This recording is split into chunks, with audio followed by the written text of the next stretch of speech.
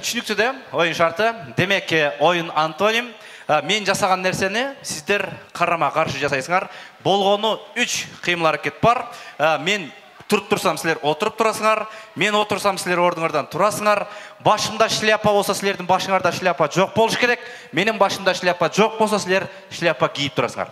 Оозума тамеки тиштесем, силердин оозуңарда тамеки жок болуш керек. Оозумда тамеки жок болсо, силер тамеки тиштеп турушуңар керек. Биринчи орунга өзгөчө белек, эң эле чоң белекти камдап улан. Ушул оюнда биринчи орунга чыгып кеткенге өзгөчө чоңураак белектен, экинчи орунга дагы чоңураак белектен камдайбыз. Демек, 4 мырза ар кайсы тараптан чыкты. Жаштар тараптан бар, аткаруу, башкаруу бийлигинен бар, Натали тараптан бар, Виктор тараптан бар. Кимиси мыкты. Оюн башталгандан баштап микрофон жок ойнойбуз, бир гана мени карайбыз. Зал тынчтыкта оюн башталды. Кетти. Маэстро.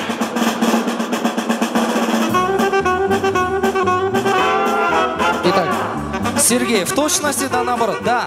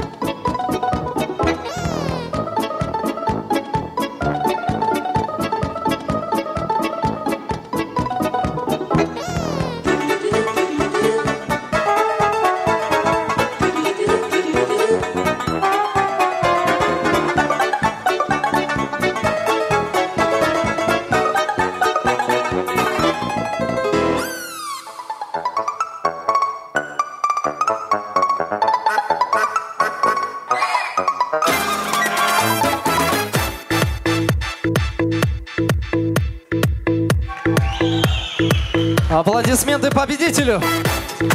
Ошо турмат меймандар, Антоним ойында көрдіңіздер. Биринчи орынды Виктордың кесіптештер алып кет. Ол чағып қойсаңыздар болады.